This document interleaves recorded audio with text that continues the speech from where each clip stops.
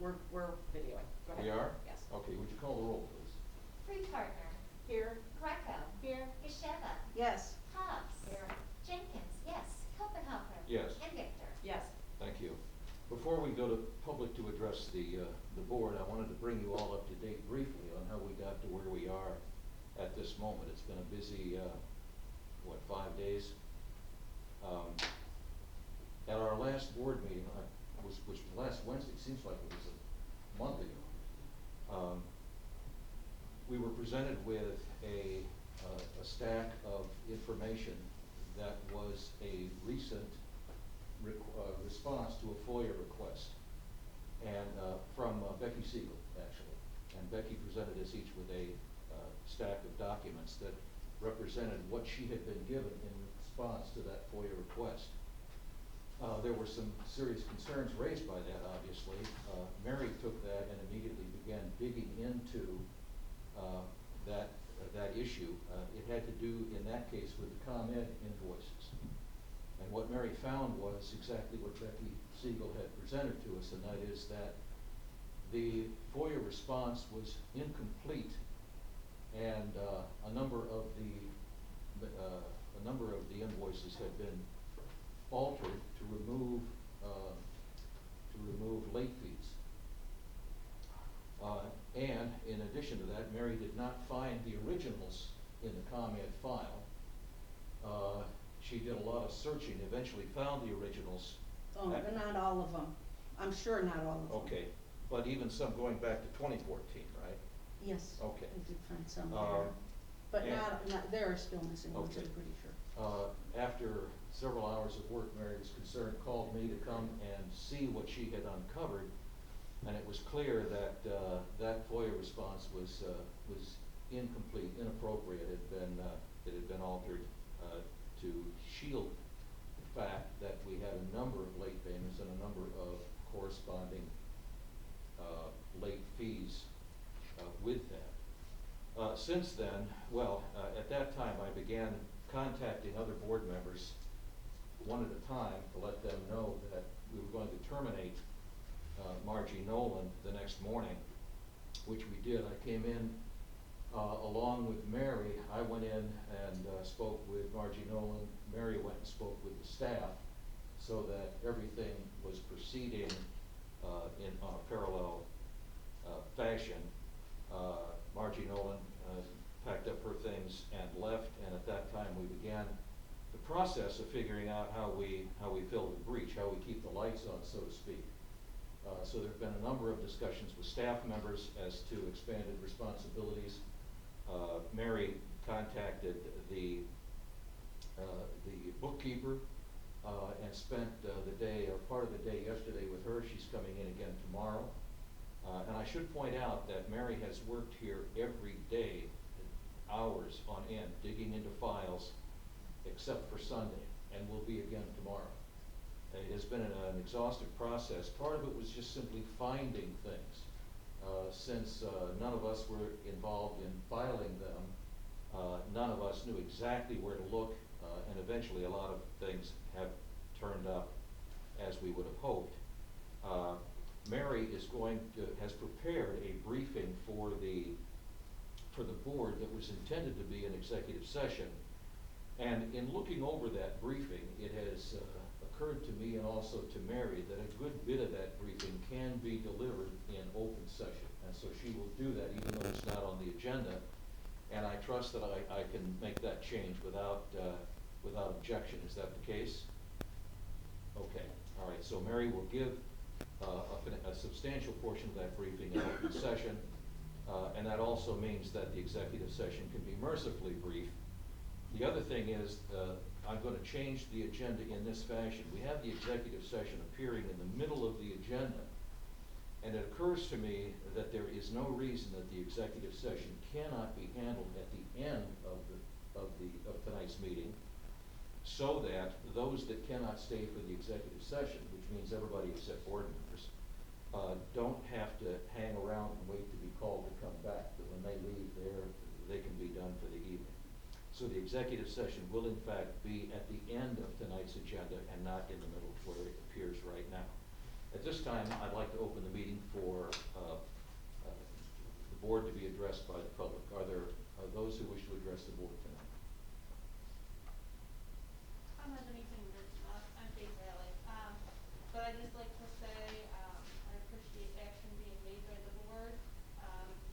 Only thing I would like to hear is possibly an apology from each member on the issue and topic, because the people have worked very hard to come to this point and show that we needed change, and I believe they've been shunned a little bit, and I think just seeing that our board does support us in trying to fix things would be appreciative to see that you understood something was wrong and you're apologetic for it, is all I'd like to see.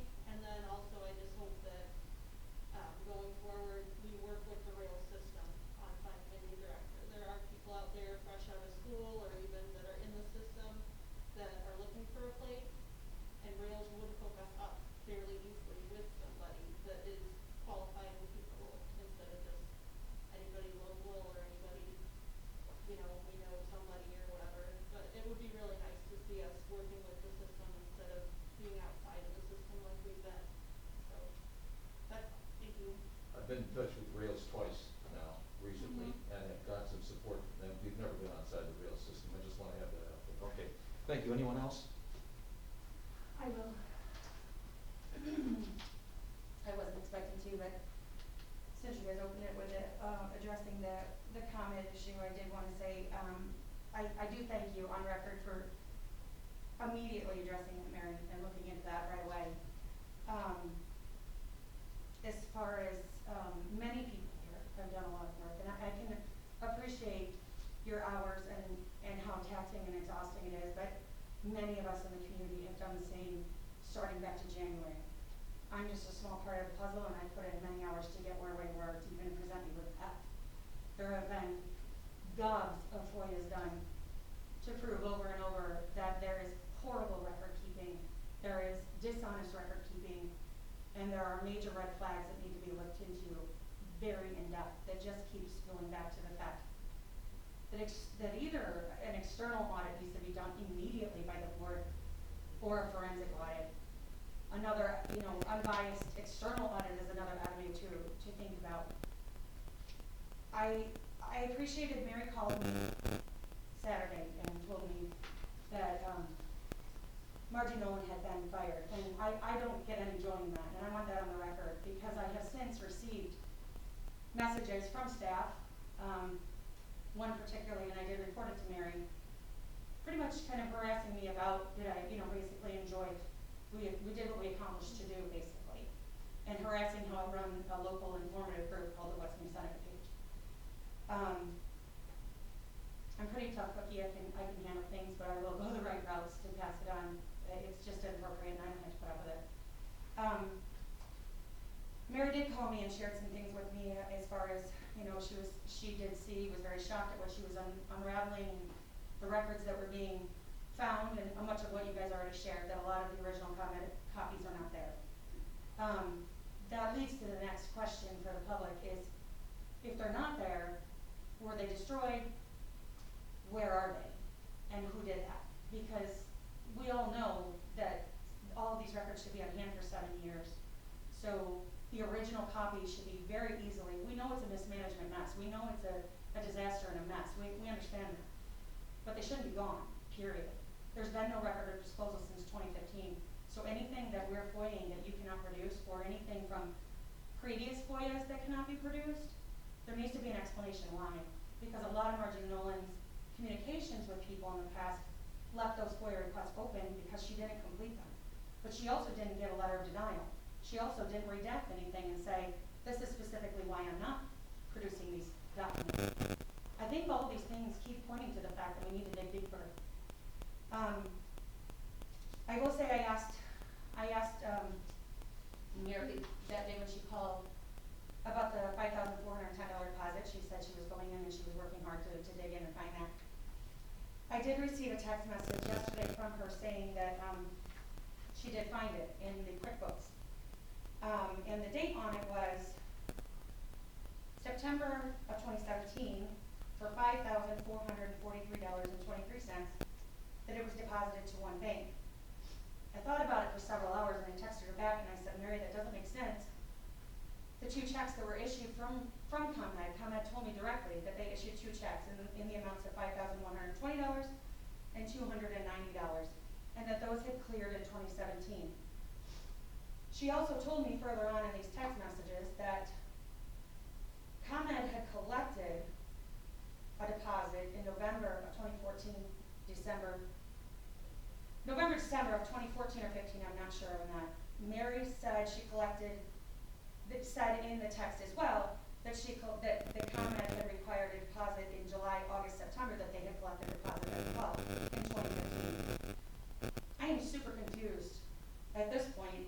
If there was these deposits that required, and then there was refunds that were given back, and they cleared in 2017, I saw on the bills that a deposit was required in March of 2016, which still doesn't answer where that one is, if it's another one, or if it's a new one. I don't understand. I am going to address that, and I, unfortunately, if you don't mind me interrupting. No, it's fine.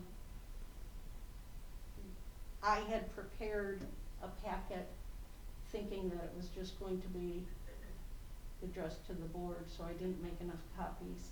I did give one to Margie, and I don't think there's anything in there that shouldn't be public information, so that can be shared. But I am going to go over what I found.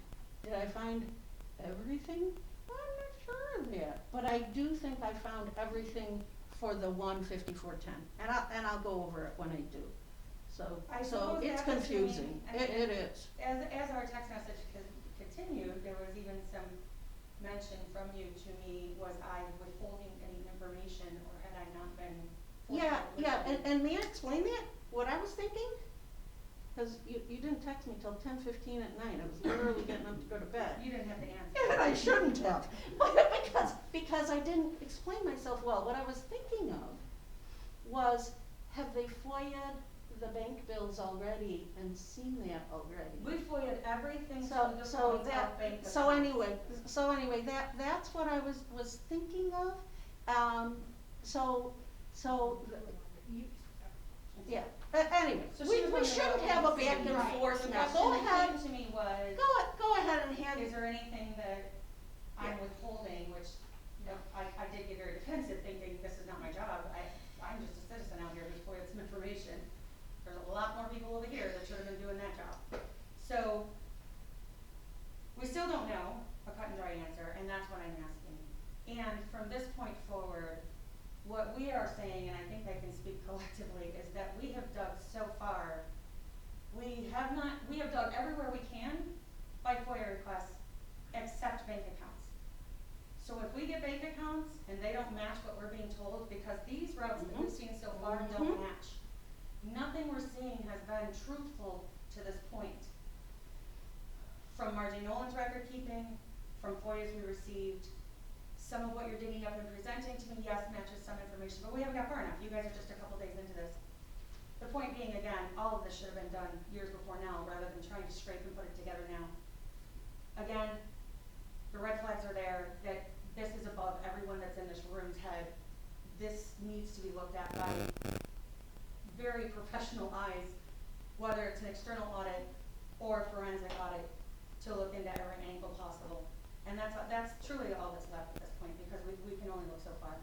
And you're going to turn and do all the work we've done to find the same conclusion. I assure you that. So that's just my Thank take. you. Anyone else? Yes, Kevin. I would like to try to make it quick and brief. I didn't prepare anything, tried to write some notes, so I hope I can make it brief. Thank you to the board for listening to the community's concerns. As you know, I've been here since January and asked several questions. And I know you all didn't know everything that was going on from your director. I can assure you it wasn't fun for anybody on the group that we were thinking it was going this far. Our goal wasn't to try to get anybody fired when we started. Our goal was to find out why were the taxes being paid, why were the bills being paid late. So I can assure you we weren't finding joy in that. There is one question that was answered at the last meeting that still perplexes me, and It bothers me a little bit, probably because the whole truth wasn't done or said, and that's the hotspots. I'm sorry, Paula, if this upsets you, but if anybody is going to sit here and tell me that you were doing a 3-year study on how the hotspots were working in the community, I would rather you just said we gave them to the board members for the board members to use. It didn't take 3 years to do a study on the COVID vaccine. It didn't take 3 years to do a study on the hotspots for our community. And I would rather just have the truth than be sugarcoated and said we were studying it for 3 years. I would love to have heard just the board members were using them, and now we're going to make them to the public. I'd have been happier with that than said we were doing a 3-year study. That is my one issue that I disagree with your answer. I know the community may agree with you that it did take 3 years. I don't know. I don't need the extra comments, I'm sorry from the crowd, but I also know that in your policy, you said it's going to be $125 to replace them if somebody loses them. I don't think hotspots cost that much anymore, so I hope you will look in to see how much replacement costs if one does get not returned back in. Because they don't want you charging them $125 when it only charges $75 to replace them. And I don't have that information, I'm sorry I didn't look that up, but please look into that when you set the policy on how much it's going to cost. Thank you. Anyone else? Yes. Again, very, very brief. I too am thankful that we have been here for these months and have seen some changes, and I know that there are lots of changes that will be coming. I feel confident on that. But I know that this is going to take time, and it's going to take a firm and steady hand. It's going to take somebody who totally understands, as well as everyone else in this room and outside of this room assisting. I really hope that instead of getting a new person in here trying to do this, we try to think about the possibility of an interim director who can then sort this mess out, oversee the audit, oversee personnel, understand and get policies in place for administration. Otherwise, when a new person comes in, that person is being set up for failure. If that person has to learn everything and put all these policies in place, they're not going to succeed. And we want someone to succeed. We want a new director to come in and to be here for a number of years and to love this place like we all love it. But if we don't give them the tools before they start, which are good policies for both finances and management and personnel, they are not going to be able to succeed. Where an interim director can sort through with the board and with the community all of this mess, get it better, calmer, able to go forward, and then a new person can really take the reins and run. So that is my strong suggestion on how to handle this. Thank you. Thank you. Anyone else? I just have one quick question, and you may or may not know me. I've been watching the meetings from home because I have not been available to attend. My background, I'm Kathy Worley. My background is in accounting, and my concern was the audit we have been going through and the details of that audit. Obviously, they weren't really auditing. And my other concern is the bookkeeper on staff. I have no idea who it is, but any good bookkeeper that starts seeing late fees and past due balances and balances carried forward month to month would have questioned that, either with the director, and if she didn't get a satisfactory answer to that, should have come to the board. That's my concern. So I ask you to really review that, the whole process, because that's what I do for a living, and I go through an audit every year. They're in for weeks at a time, auditing our books. We're a quite big firm, and it is just something that should be done. That bookkeeper should have said, I'm seeing late fees, I'm seeing balances carried forward month to month, I'm not able to track. I don't know what her job is, but we need to review that as well. Thank And you. I appreciate everything everybody's done as far as the citizens sitting here and the board, because I have not been able to attend till tonight. Thank you.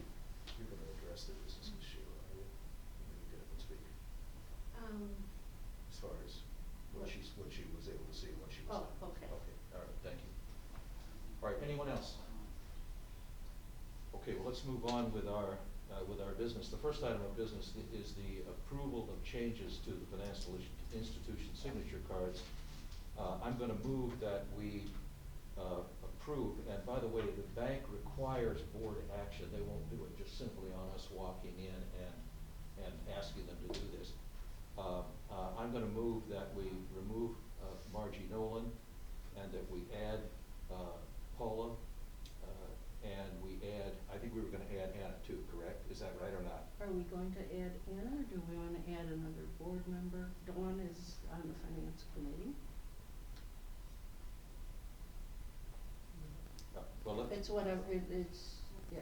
I don't know Either that we one. need, I don't know that we need that many Yeah. board members that. That's, that- okay, so we're okay, gonna- we're Anna gonna- is fine for a temporary Right, the thing, re- we're going to be changing right. anyway, so. It's gonna be changing anyway. We're gonna so change soon. The resolution is, the motion is that we will remove Margie Nolan as a signatory to, checks, and that we add Paula Free Partner, and if there's a second, we can move on with that. Okay, seconded, you saw that? Okay, is there discussion on that? And obviously, at the, at the May meeting, at the May meeting, you'll do this again to officially take me off of that signature thing. In the meantime, I still have signature capability. Okay, are you ready to vote? All right, would you call the roll, please? Free Partner. Yes. Greco. Yes. Gasheva. Yes. Hobbs. Yeah. Jenkins, yes. Kopenhofer. Yes. And Victor. Yes. Okay.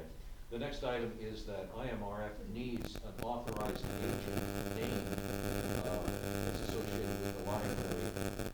We've kicked this around today, and Sheila McCormick, the bookkeeper, is willing to do it briefly. In other words, on a temporary basis. And at that time, we'll change that to someone else, another staff member, possibly it could even be a board member. Hopefully, it would be a new interim director.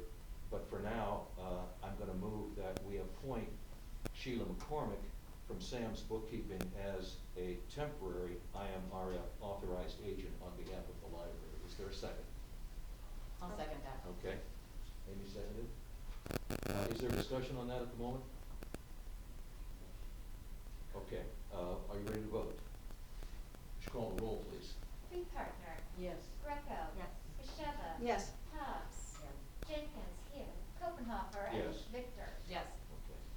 Okay. Another thing is, even though it would seem to be straightforward, I'm gonna move that Friday, the 23rd, be established as the official termination date of our previous director, Margie Nolan, for the record, and her pay and unused vacation days be calculated as of that date. Is there a second? I'll second that. Okay. Discussion? Yes, when Sheila came in yesterday and we did the payroll, we went ahead and did the payout Okay. for Margie, using the assumption that that would be the final payout and that would be the final date. Okay. So that is already in process. Okay, thank you. So otherwise, we would have had to have changed things up a little bit. And I saw the record of that, so if any of the rest of you need to see that, that'll be in the file, the complete calculation as to the final payout for Margie Nolan. Any other comments on that? Would you call the roll, please? Free Partner. Yes. Greco. Yes. Gasheva. Yes. Hobbs. Yes. Jenkins, yes. Kopenhofer. Yes. And Victor. Yes. Thank you. I'd also like to make a motion to establish a search committee for an interim director for the library. And with a second, we'll move forward with that. Will there be a second? Okay, thank you, Paula. Discussion? Okay, are you ready to vote? Would you call the roll, please? You haven't named the names, did you intend to do? I'm sorry, what? You haven't named the names, did you intend to do so? I hadn't intended to, I certainly Okay. can. I can do it now, as part of the motion. Let me go ahead and add that to the motion, if I may. Can you do that? Okay. My intent is to appoint Paula to head up the search committee for an interim director, and I would like to have Amy, Victor, and Anna Allison on that committee as well. Okay. Now, are you satisfied with your second as the motion currently is? Okay. Would you call the roll, please? Free Partner. Yes. Greco. Yes. Gasheva. Yes. Hobbs. Yes. Jenkins, yes. Kopenhofer. Yes. And Victor. time, I'm gonna turn the meeting over to Mary to begin to share a good deal of what she has learned in the hours that she spent digging through books and records.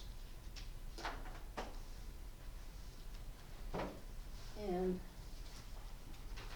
I do apologize because this is going to be a little bit tricky to get through, but I will try my best. I think Steve mentioned already that, on last Thursday, the first order of business was to come in and get copies or get the FOIA. And I asked Margie Nolan for the original of those things, and she did not provide me with original bills, but she did provide me with copies, which I believe match what you were given. And at that time, I also asked for a complete printout of the QuickBooks record of all payments to ComEd, and I asked for access to our ComEd website, and was able to get in and print out a summary. I never got back to actually try to print out the more recent bills. Most of those, I believe, I have found anyway. In any case, there's sufficient information to go on with, in what I found. And the first thing that I did, and I was here with Paula, by the way, who spent a good 2 or 3 hours here with me that day.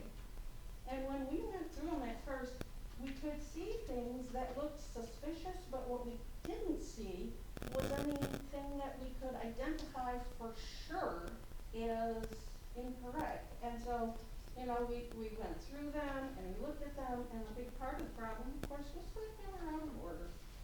And so we waited until 1:30, decided lunch was in order. I took them home, and in the afternoon, I began looking at them again and sorting them out. And as I sorted them out, if you will look at page 2 and page 3 of your folder here, you get a bill here, and it's got on the front page, it has a previous balance, it has total payments, it has, it's not gonna be enough for you to see it. I know already. And it has an amount due.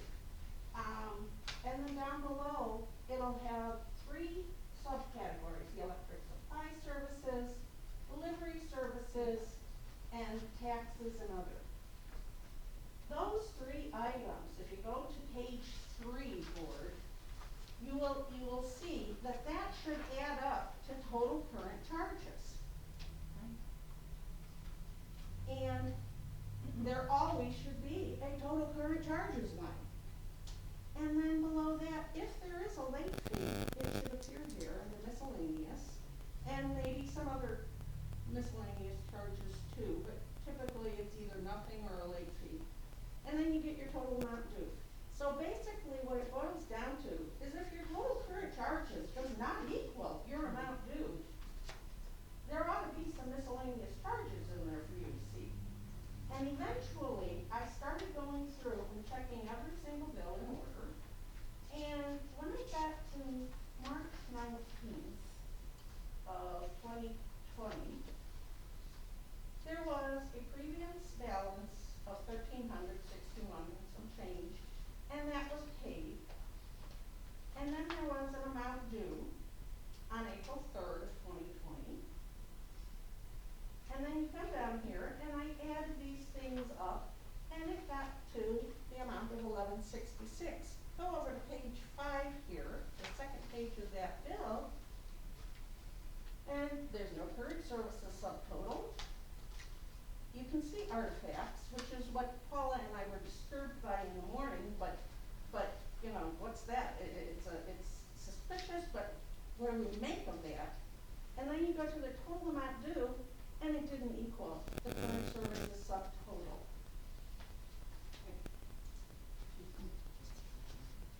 Yeah, so right here, yeah. So the difference is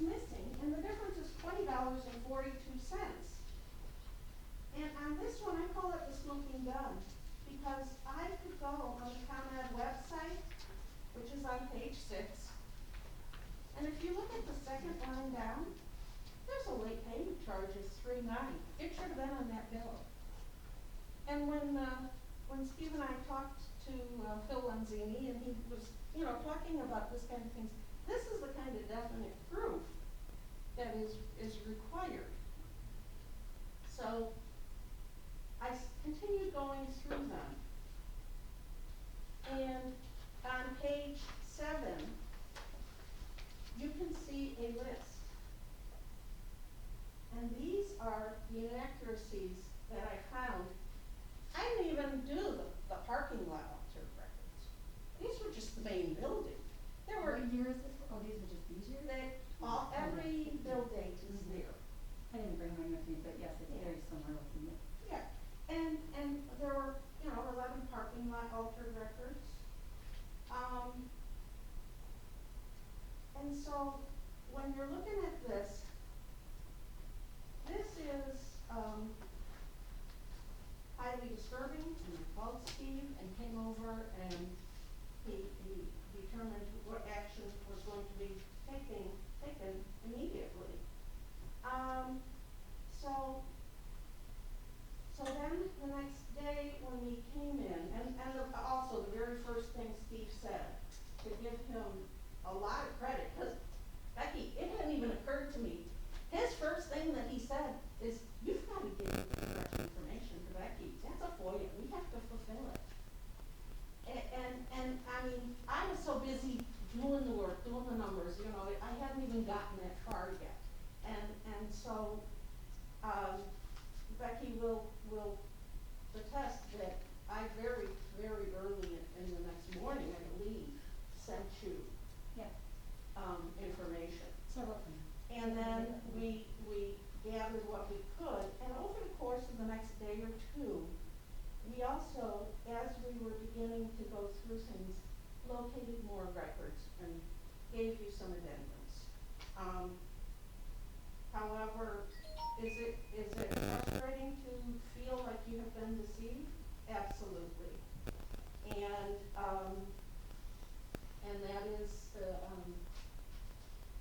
that is a trust issue, and boards must have trust in their employees. So, as we started to look at this stuff, the next question that I really was concerned about, as everyone else I think was this 5,410, that was shown on some of the later bills as a deposit on hand. And it needed to be accounted for. We needed to understand where the money went in and where the money went out. And Becky has mentioned there may be other things that are along that same line. And I will tell you, on the parking lot, I noticed that there were 3 sequential bills that we were required to pay 0 on. So to me, it looks like we had to pay a parking lot deposit too at some point, and then we paid it off.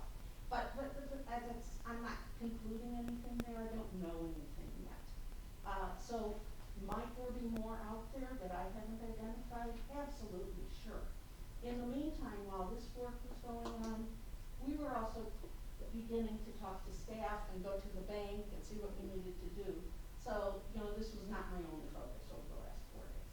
However, if you look at page 7, and these 3 bills here, altered, and I have DOH after them, deposit on hand.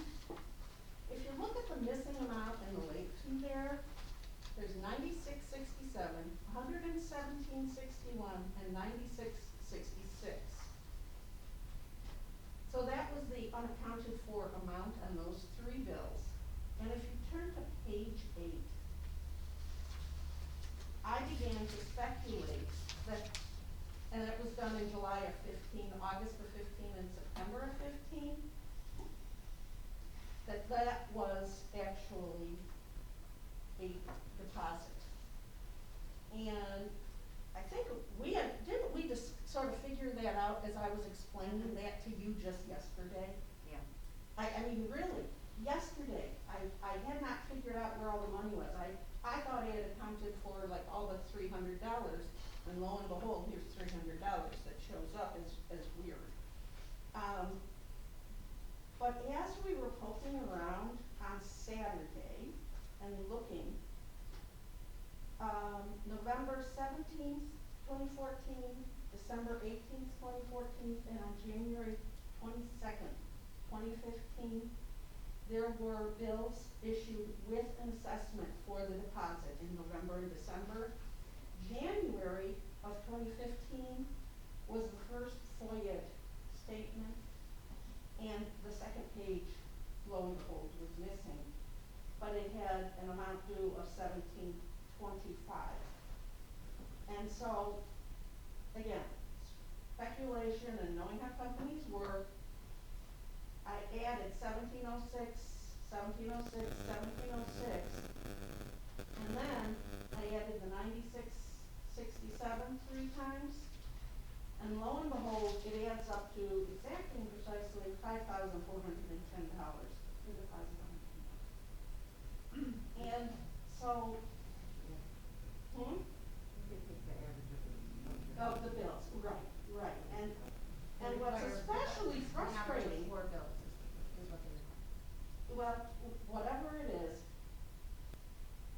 it is, I was concerned about the deposit on hand.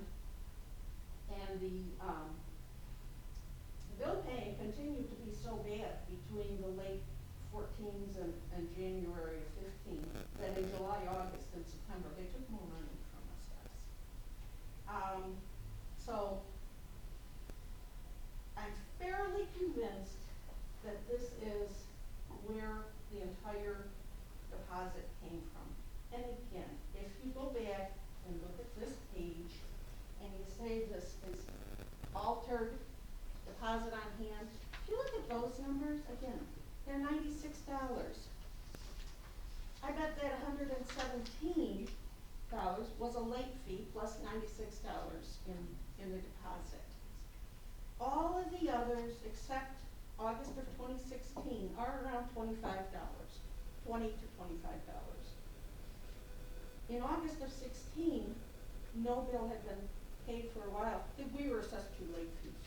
One for the previous month that we already had a late fee on in that month. And we do have that bill, so that sort of fits with the whole narrative. So, okay, I knew where the money came from for that. And yesterday, when I came in and as Dawn and I were starting to go over this stuff, that really was when I realized the $96 and how that fit in and how it all added up. And we had a terrible time with the computers yesterday, as can happen.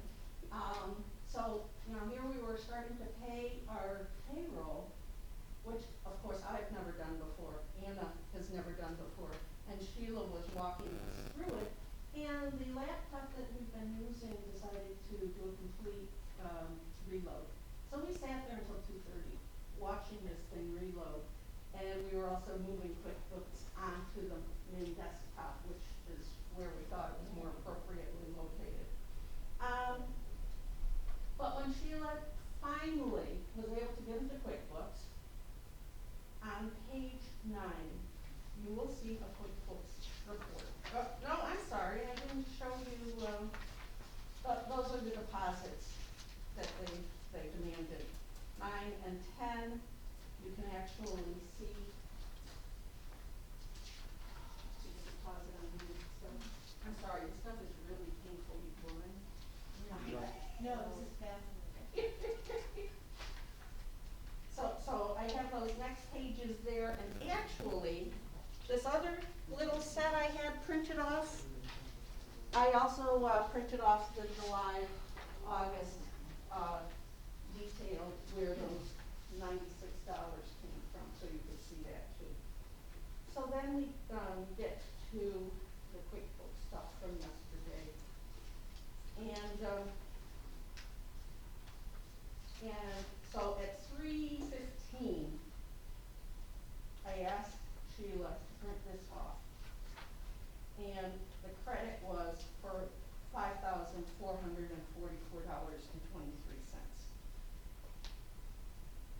And I immediately turned around and did send a copy of that to Becky. And it is true that Becky and I disputed in the evening about exactly what that meant.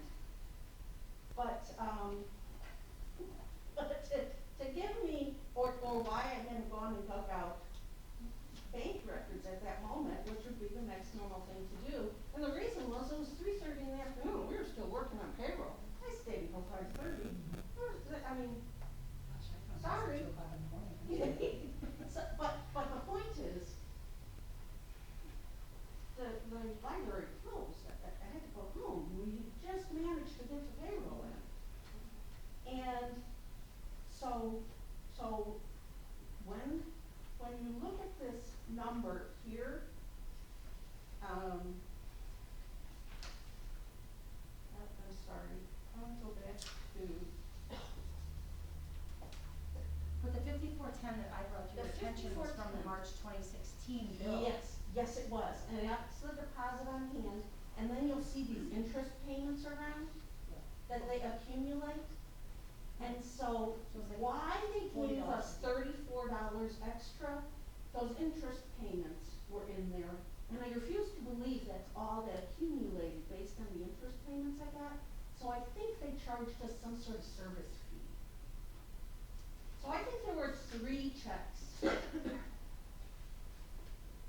And those 3 checks were put in, and why Sheila recorded them, and she sort of thought that there would have been 1 check. But I said, no, there were 2. And I do believe you on that. But,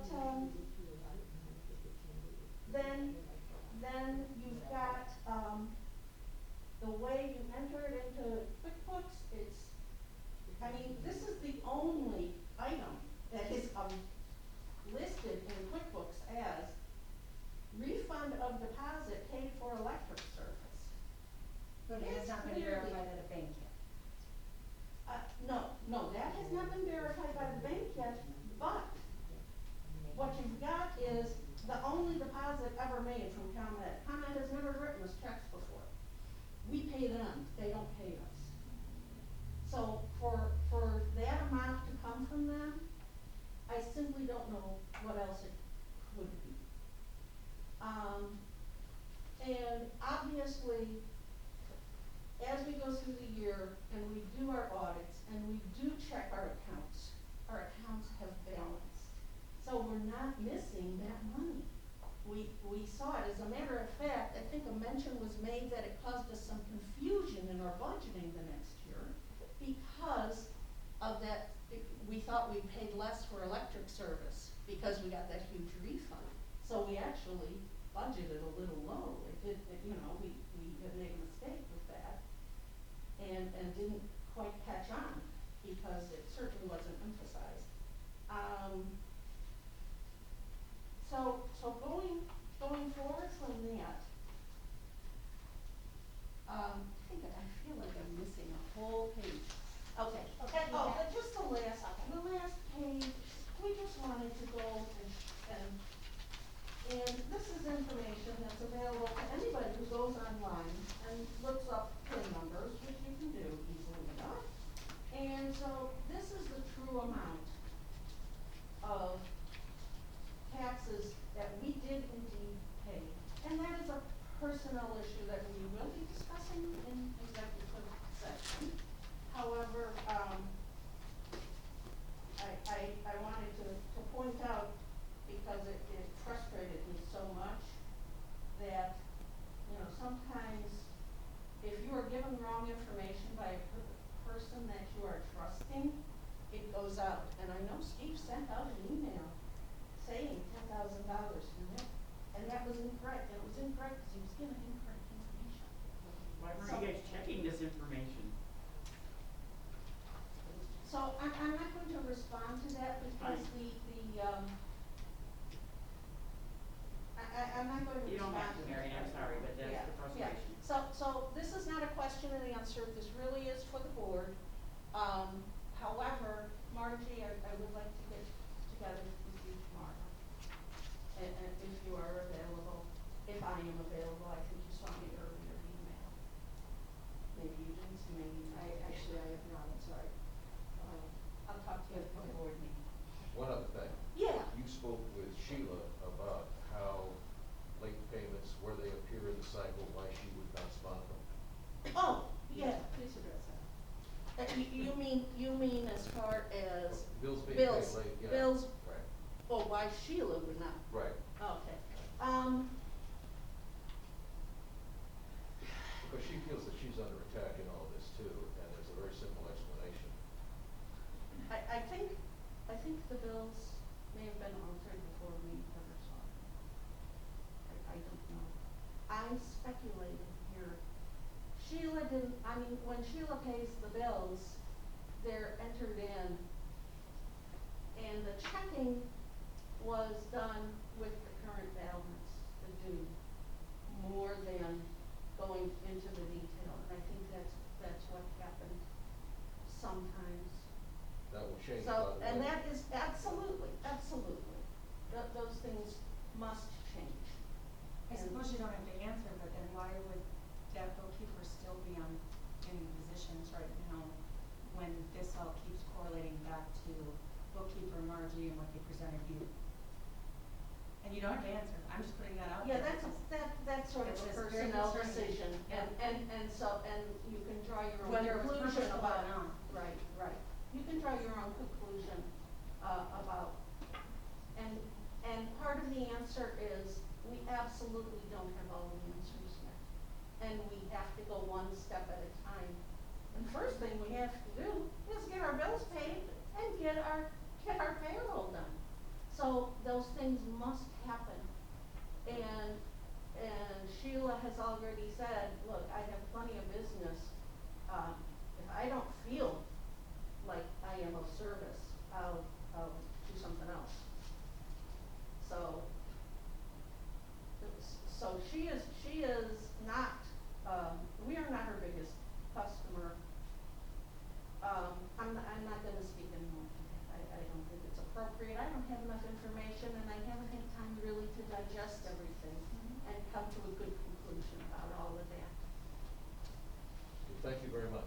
You're welcome. Before we go into executive session, I have one more thing, and it's a piece of news that we've been waiting anxiously for. We finally have a contract, and it was done late in the day, with the security company to replace, or to install a radio frequency system that will replace the hated AT&T phone line.